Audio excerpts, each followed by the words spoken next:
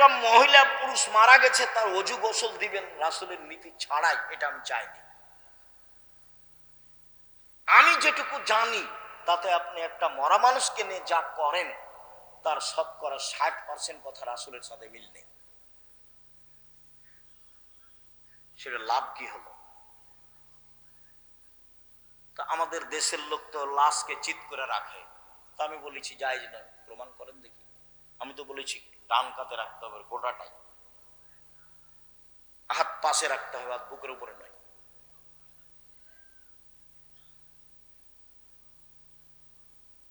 আমি তো বলেছি যে যখন মাটি দিচ্ছে তখন মিনহা খালাকনাকুম ওয়া ফিহা নুঈদুকুম ওয়া মিনহা নুখরিজুকুম তারাতান উখরা বলা যাবে না। আমি তো বলেছি মাটি শেষ সবাই মিলে হাত তুলে দোয়া করা যাবে না। আমি তো বলেছি তাকে গোসলের সময় নখ কাটা যাবে না, পরিষ্কার পরিচ্ছন্নতা যাওয়া যাবে না, শ্বাস বন্ধ হয়ে গেছে সব বিধান বাতিল, পেট চেপে পেশাব পায়খানা বের করতে হবে না, ওযু দিয়ে গোসল দিতে হবে। এক মুমূর্ষুকে লক্ষ্য করে 241টা বিধাত আছে। দেখেন আব্দুল্লাহর মায়ের একটা বই লেখা আছে মুমূর্ষ হতে কবর পর্যন্ত। বইয়ের নাম কি? মুমূর্ষ হতে কবর পর্যন্ত। খোঁজ নিয়ে দেখেন। আমি চেয়েছি সঠিকভাবে আপনার সামনে মুখে আসতে, আমি চেয়েছি কলমে আসতে, আমি চেয়েছি মিডিয়ায় আসতে। এটা আমার জন্মভূমি, আমার দাবি আমার জন্মভূমির নারী পুরুষ আমার সাথে পরামর্শ করে ধর্ম পালন করবে, এটা আমার দাবি। আমার দাবির সাথে যদি কেউ খেয়ানত করে থাকে সেটাতে ভুল করছে, তার ব্যাপারে তার যদি পরামর্শে দেখা যায় যে আমারটা ভুল আছে, আমি ছেড়ে দিতে বাধ্য থাকব। ধর্ম আমার পৈতৃক সম্পত্তি নয়। প্রথমে যখন দিন প্রচার করি তখন ইল্লাল্লাহ আত্মাহত বলার সময় বলতাম ইল্লাল্লাহ, একবার উঠাতাম। তো জাল হাদিসও নাই, ইল্লাল্লাহর সময় হাত উঠা। এইটা তো সেই জায়গির গ্রাম, যে জায়গির গ্রামে বক্তে যখন শেষ হলো তখন সামনের দিক থেকে পাথর আর ইট আসতে লাগলো। কিভাবে সাজা ছিল আমি বলতে পারবো না। আমি তো স্যান্ডেল স্টেজে ছেড়ে দিয়ে দৌড়ালাম, একটা বাড়িতে ঢুকেছিলাম, সে কোন বাড়িতে আমার মনে নেই।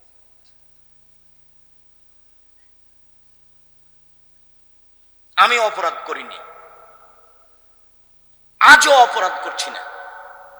আমার খুব দৃঢ় বিশ্বাস, ধর্মের উপরে আমার অগাধ বিশ্বাস। কাজেই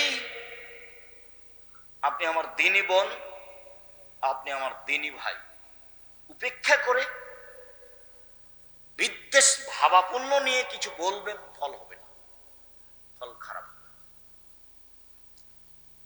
কিছু পরামর্শ দিবেন, কিছু বলবেন, সফল হব ইনশাআল্লাহ, আপনাকে নিয়েই হব। বিবাহের শুরু থেকে নিয়ে শেষ পর্যন্ত আমার জানা অনুপাতে চাঁপাইনবাবগঞ্জের একটা কাজও যায়, একটা কাজও যায়।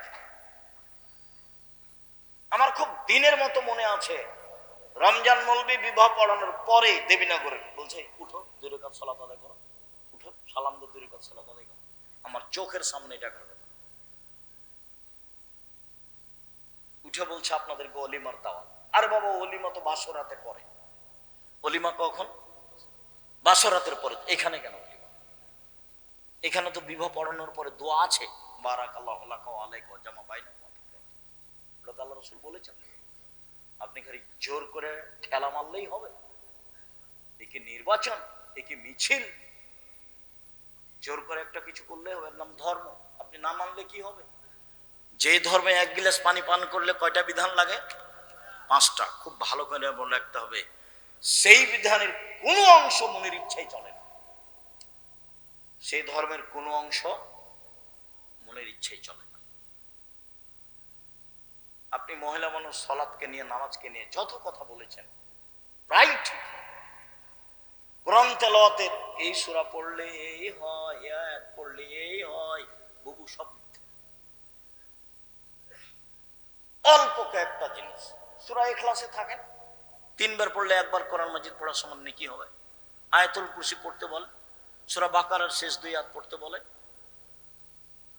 ঘুমানোর সময় সূরা মুলক পড়তে বলে, সাজদা পড়তে বলেন। আল্লাহ নবী বলেছেন ঘুমানোর সময় যদি মানুষ প্রতিদিন সূরা মুলক পড়ে কবরের শাস্তি হবে না। 4 ধরনের মানুষের কবরের শাস্তি হবে না। তার এক শ্রেণীর মানুষ যারা জুমার দিনে মারা যায়, বৃহস্পতিবার দিন পার হয়ে সূর্য ডুবার পরে শুক্রবারের দিন সূর্য ডোবা পর্যন্ত সময়ে মারা গেলে তার কবরের শাস্তি হবে না। এই কথা মুহাম্মদ সাল্লাল্লাহু আলাইহি ওয়াসাল্লাম বলেছেন, আমি বলি। ক্যান্সারে পেট ব্যথায় মারা গেলে তার কবরের শাস্তি হবে না। সূরা মুলক রাতে পড়লে তার কবরের শাস্তি হবে না। এই কথা মুহাম্মদ সাল্লাল্লাহু আলাইহি ওয়াসাল্লাম বলেছেন। শহীদ হয়ে গেলে তার কবরের শাস্তি হবে না। 4টা পথ যাদের কবরের শাস্তি হবে না। আপনি মরা মানুষের সামনে কোরআন মাজিদ পড়েছেন, আপনি নেহায়াত অন্যায় করেছেন, আপনি অপরাধ করেছেন। গ্রামবাসী ভালোবেসেছে, বুঝেনি, সেই জন্য লাশ চলে যাওয়ার সাথে সাথে আপনি সবাই মিলে হাত তুলে দোয়া করেছেন। আপনি রাসূল সাল্লাল্লাহু আলাইহি ওয়াসাল্লামকে অপমান করেছেন। সম্মানিত দিনী ভাই বোন, আপনাকে আমি অনুরোধ জানাচ্ছি, জানটা মরে মরে, লোকটা মরে মরে, জান যায় যায়, আপনি পাশে বলেন লা ইলাহা ইল্লাল্লাহ। আল্লাহ রাসূল বলছেন লাক্কিনু মাউতাকুম লা ইলাহা ইল্লাল্লাহ। মরে মরে, জান যায় যায়, তার পাশে বলো লা ইলাহা ইল্লাল্লাহ। কেন? মান কানা আখিরু কালামিহি লা ইলাহা ইল্লাল্লাহ ফাদাখালাল জান্নাহ। কারো যদি শেষ বাক্য লা ইলাহা ইল্লাল্লাহ হয় তাহলে জান্নাতে চলে গেছে। কই আপনার সূরা ইয়াসিনের কথা তো আল্লাহ নবী বলেননি, সূরা হাসরের 3 আয়াতের কথা আল্লাহ রাসূল বলেননি, কোরআন তেলাওয়াতের কথা আল্লাহ রাসূল বলেননি। আপনি প্রমাণ পেশ করতে পারবেন না।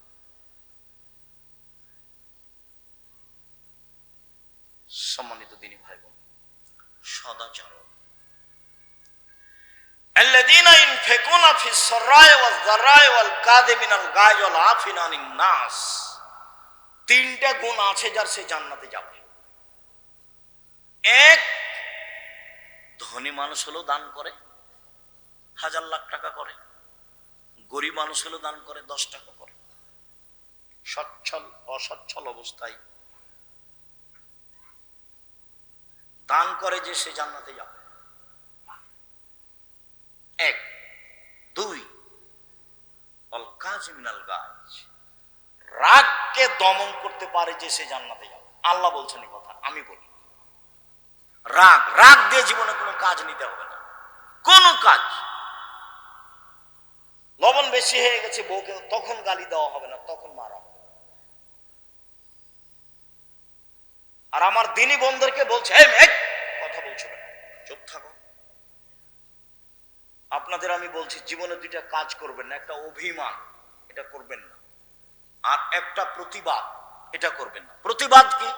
হ্যাঁ, তুমি আমার মাকে এভাবে বললে কেন, তুমি আমার আব্বাকে এভাবে বললে কেন, এই হলো প্রতিবাদ। প্রতিবাদ করিয়েন না, শয়তানের সুযোগ হবে না।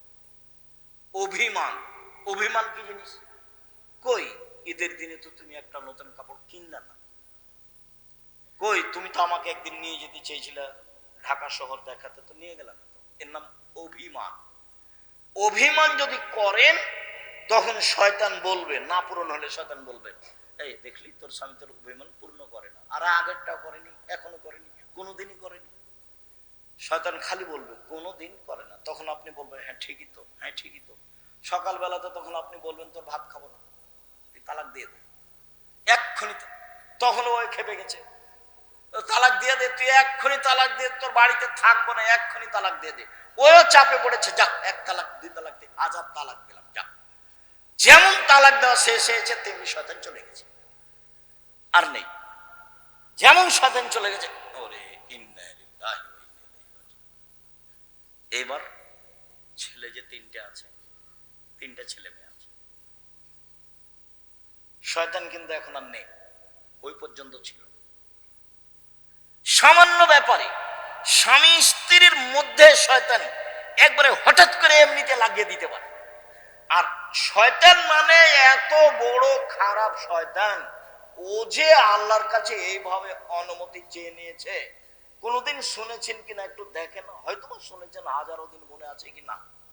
আল্লাহ বলছেন শয়তান আদমকে সিজদা করলি না কেন?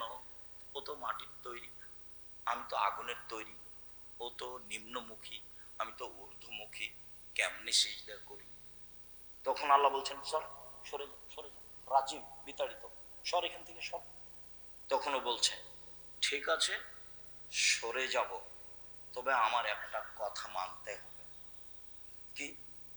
কিয়ামত পর্যন্ত বেঁচে থাকার সুযোগ দিতে হবে। তা আল্লাহ বললেন ঠিক আছে দিলাম, এলা ওয়াক্তিম মালুম, একটা সময় তোমাকে দিলাম। ওই দাবি জানালো, আল্লাহ মেনে নিলেন। এখন যেমন আল্লাহ মেনে নিয়েছেন তেমনি ও বলছে রব্বি, বলার ঢং দেখেন, রব্বি হে আমার প্রতিপালক, ওয়া ইজ্জাতেকা তোমার সম্মানের কসম, লাউবিয়ানিল ইনসানা, আমি আদমের ছেলে মেয়েকে ভুল পথে নিয়ে যাব যাব যাব, মাদামাত আরওয়াহুম ফি আসাদিহিম, তার দেহে যতদিন পর্যন্ত শ্বাস থাকবে আমি ততদিন পর্যন্ত তাকে পাপ করাবই, তাকে আমি বিপাকে ফেলবই। কেমনে আদমের ছেলে মেয়ে জান্নাতে যায় তা আমি দেখে ছেড়ে দেবো, আমি একা জাহান্নামে যাব? পৃথিবীতে শয়তান যত রিক্সের উপরে আছে, এত রিক্সের উপরে পৃথিবীতে কেউ নেই। সে জিম্মেদারি নিয়েছে আমাকে আর আপনাকে কোথায় নিয়ে যাবে? জাহান্নাম, আল্লাহর সামনে। আল্লাহর একবারে সামনে এই কথা বলছে, একবারে সামনাসামনি। তখন আল্লাহ বললেন না যা পারবি না যা, এই কথা বললেন না। বলছেন শয়তান, ইজ্জতি ও জালালি ও ইরতেফায়ে মাকানি, আমার সম্মানের কসম, আল্লাহ বলছেন আমার ইজ্জতের কসম, আমার মর্যাদার কসম, আমার উচ্চতার কসম, আদম সন্তান যতবার ক্ষমা চাইবে ততবার আমি ক্ষমা করে দেব। তাহলে ক্ষমা চাওয়া বিষয়টা থেকে গেল। এই কথা বললেন না যে যা পারবি না, এই কথা বললেন। যতবার বিপাকে ততবার বলতে হবে আস্তাগফিরুল্লাহ। তার মানে আস্তাগফিরুল্লাহ অতবেলাই এই জিকির একবারে করে নিতে হবে। স্বাভাবিক শ্বাস যেমন আসে যায়, ভাত যেমন সময় হলে খায় 3 বার, বাস এই তাসবিহ এটা জিকির একবারে স্বাভাবিক জীবনে করে নিতে হবে। আল্লাহ আশ্বস্ত আমাদের আরো করেছেন, ইবনা আদম মাদারাউতানি ও রাজাউতানি, আদমের ছেলে মেয়ে শোনো, তুমি আমাকে যেভাবে ডাকো আমি সেভাবে থাকি, তুমি যেভাবে আশা পোষণ করো সেভাবে আমি পূর্ণ করে থাকি। আদম সন্তান তুমি আমাকে যেভাবে ডাকো আমি সেভাবে থাকি, তুমি যেভাবে বলো আমি সেভাবে শুনি, তুমি আমার কাছে ক্ষমা চাইলে আমি ক্ষমা করে দিই, অলাউবালি, আমি পরোয়া করি না তুমি কত বড় পাপী, আমি পরোয়া করি না তুমি কত বড় পাপী, আমি পরোয়া করি না তুমি কত বড় পাপী। আদমের ছেলে মেয়ে শোনো, লাউ বানাকার জুনুবু কানান সামায়ে, তোমার পাপ বেশি হতে হতে যদি আকাশে লেগে যায়, পাপ আর পাপ, তারপরে যদি তুমি আমার কাছে ক্ষমা চাও আমি ক্ষমা করে দিব, আমি পরোয়া করি না তুমি কত বড় পাপী, তুমি যেভাবে ডাকো আমি সেভাবে থাকি, তুমি যেভাবে আশা পোষণ করো সেভাবে আমি পূর্ণ করে থাকি, তুমি যেভাবে ডাকো আমি সেভাবে থাকি, তুমি যেভাবে আশা পোষণ করো সেভাবে আমি পূর্ণ করে থাকি, আমি পরোয়া করি না তুমি কত বড় পাপী। আবার বিচারের মাঠে আসবেন আল্লাহ তাআলা আমাদের সামনে, বিচারের মাঠে এসে বলবেন আদমের ছেলে মেয়ে শোনো, যেই পরিমাণ তুমি পাপ নিয়ে এসেছো আমিও সেই পরিমাণ ক্ষমা নিয়ে এসেছি আজকে, তোমার যেই পরিমাণ পাপ আমার সেই পরিমাণ ক্ষমা, তোমার যেই পরিমাণ পাপ আমার সেই পরিমাণ ক্ষমা, তোমার যেই পরিমাণ পাপ আমার সেই পরিমাণ ক্ষমা। যদি শিরক না থাকে, পাপ যতই হোক না কেন, বিচারের মাঠে আমি তোমাকে ক্ষমা করে দেব, আমি সর্বশক্তিমান, তবে শিরক করেছে যে তার আমি পাপ ক্ষমা করব না। আমি বলেছিলাম কালিমায়ের বাপের আকাশ, আমার ছেলে মেয়ে আমার সোনার বাংলা বলে না, বলবে না, আপনার বলে, আপনার চলে, কে আপনাকে মাস্টার ডিগ্রি পাস বলে তা আমি জানি না, আমি বলি না। আপনি কেমন শিক্ষিত মানুষ, আপনার বাপ আপনার কত টাকা খরচ করলো, বলছে যে আমার ছেলে খুব মেধাবী, কি করেছে? ম্যাট্রিক পরীক্ষার সময় 4 জন শিক্ষক রেখেছে। কি করেছে? ইন্টার পাসের পরে বিশ্ববিদ্যালয়ে ভর্তি করবে, সেই জন্য সাবজেক্ট প্রতি একটা করে শিক্ষক রেখেছে। তারপরে বিশ্ববিদ্যালয়ে ভর্তি হয়েছে, তারপর পড়ছে। খালি বলে আমার ছেলের মেধা খুব ভালো, বড় ডাক্তার হবে, একটা বড় ডাক্তার একটা হবে, ইঞ্জিনিয়ার একটা হবে। যাক, যা হয়েছে হয়েছে। হয়েছে কি?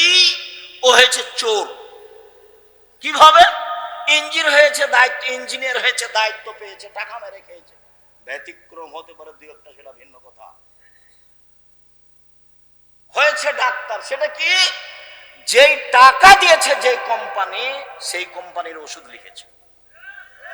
কথা বোঝাতে পারিনি তো? টাকা আমার লস না, ওর বাপের লস, ওর বাপের লস। আর যে ছেলে খুব মেধাবী বলে বিদেশে আছে, বিদেশি সরকার তো তাকে অত বড় চাকরি দিবে না, তখন ওকে সুইপার যারা তাদের নেতা করেছে, ম্যানেজার করেছে, তার বেতন 4 লাখ টাকা। তখন দেখছে বাংলাদেশে গেলে কয় লাখ টাকা বেতন পাবো। সুইপার যারা তাদের নেতা হলে কি হবে? টাকা তো আছে। এ হলো খুব মেধার ফলাফল। আপনি চাঁপাইনবাবগঞ্জের দেখান আমার সামনে কাউকে। আর ছেলে মানুষ করবেন জাতির উদ্দেশ্যে। ছেলে মানুষ করবেন কার উদ্দেশ্যে? জাতির উদ্দেশ্যে, জাতির কল্যাণের জন্য। আমি মুসলিম চিরনবীর মরণকে করি না ভয়, মরলে শহীদ বাঁচলে গাজী, আমার উভয় সমান, বাঁচাও যতটুকু মরাও ততটুকু, আমার উভয় সমান। এরকম ছেলে গড়ে তুলবেন। সেই বেদাত দেশে আছে, শিক্ষার নামে মিথ্যা শিক্ষা আছে, জাহেলি শিক্ষা, যেটা তুলে দিতে হবে। তার নাম ছেলে মানুষ করেছি। তার নাম কি করেছি? ছেলে মানুষ করেছি, পয়সা খরচ করেছি। চাঁপাইনবাবগঞ্জের মানুষ আমার ছেলের মেধা ভালো, আমার বাপের জমি জায়গা আছে, পয়সা খরচ করে ছেলে মানুষ করেছি, বাঘের মতো করে করেছি। কলম মজবুত, কথা মজবুত, মিডিয়া মজবুত। 2 দিন বাঁচতে এসে প্রতারণামূলক সম্মান নিয়ে বাঁচতে রাজি নয়, ফাঁকি দেওয়া সম্মান নিয়ে বাঁচতে রাজি নয়। ও বলল ওমা তোমার আকাশ, ওমা তোমার বাতাস। ঠাকুর বলছে ও কালিমা তোমার আকাশ, ও কালিমা তোমার বাতাস। আমার ছেলে বলে সকালে উঠে, ও কালিমা তোমার আকাশ, তোর বাপের আকাশ। হয় না। কিভাবে? ও তো মুসলমানের শত্রু, ও তো জাতির শত্রু, ও তো বিশ্ববিদ্যালয়ের শত্রু।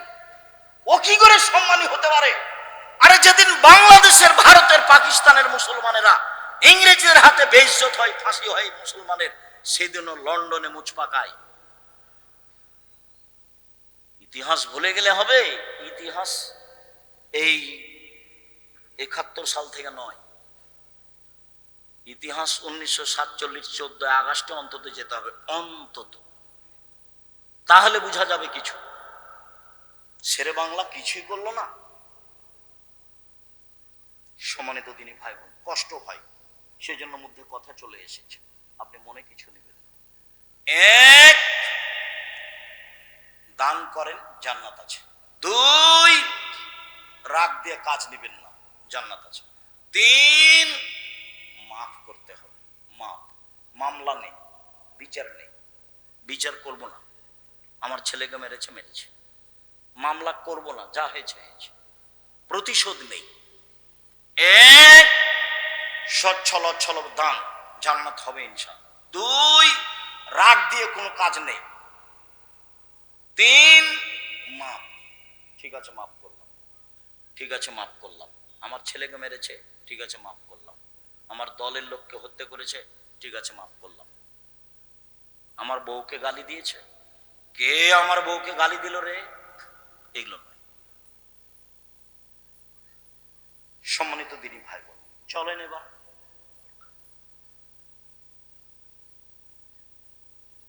সদাচরণ দিয়ে জান্নাতুল ফেরদাউস পাওয়া যায়। এমন কোন ইবাদত নাই পৃথিবীতে যার বিনিময় সরাসরি জান্নাত, সদাচরণ ছাড়া।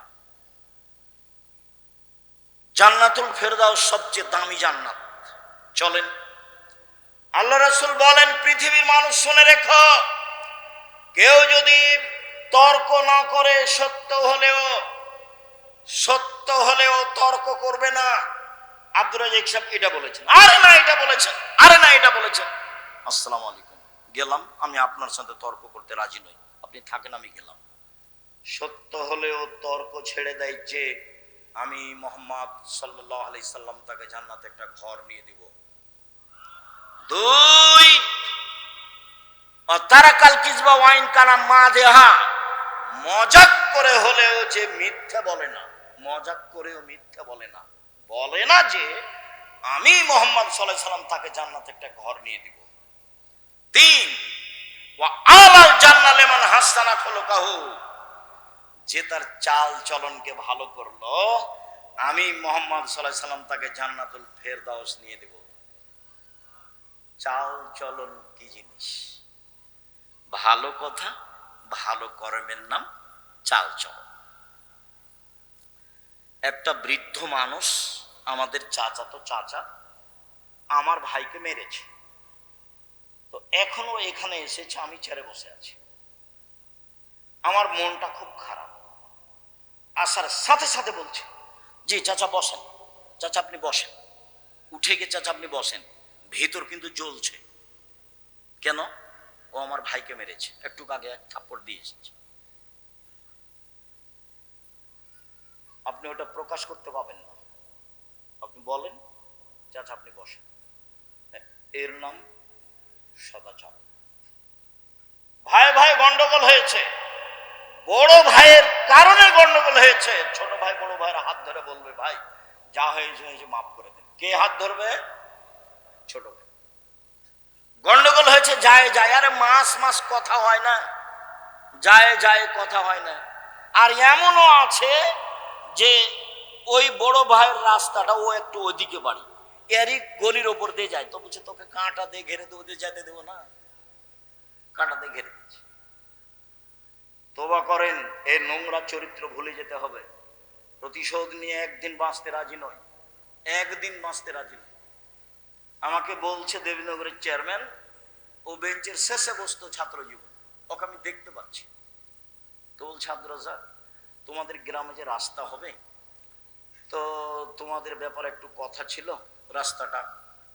তো আমি বলছি যে এক কাজ করবে, আমাদের জমির সামনে যখন আসবে তখন রাস্তাটা জমির ভিতরে নিয়ে চলে যাবে, আবার এইভাবে নিয়ে আসবে, কোনো সমস্যা নেই। কেউ কেউ যদি বলে তাহলে বলো, আমরা বলবো না। আর যদি মনে করেন যে কারো কথাই করব, তো এন্তাজ মেম্বার যেটা বলবে সেটা করিয়ে, নইলে আমাদের জমির সামনে যখন রাস্তা আসবে তখন আমাদের জমির ভিতরে চলে যাবে, এইভাবে আবার ঘুরে আসবে। আমার কথা বুঝতে পারছেন না? কেউ কিছু বলবে না, তাহলে আপনারা আসবেন না, না ওরকম বৈঠকে আমরা চাই না।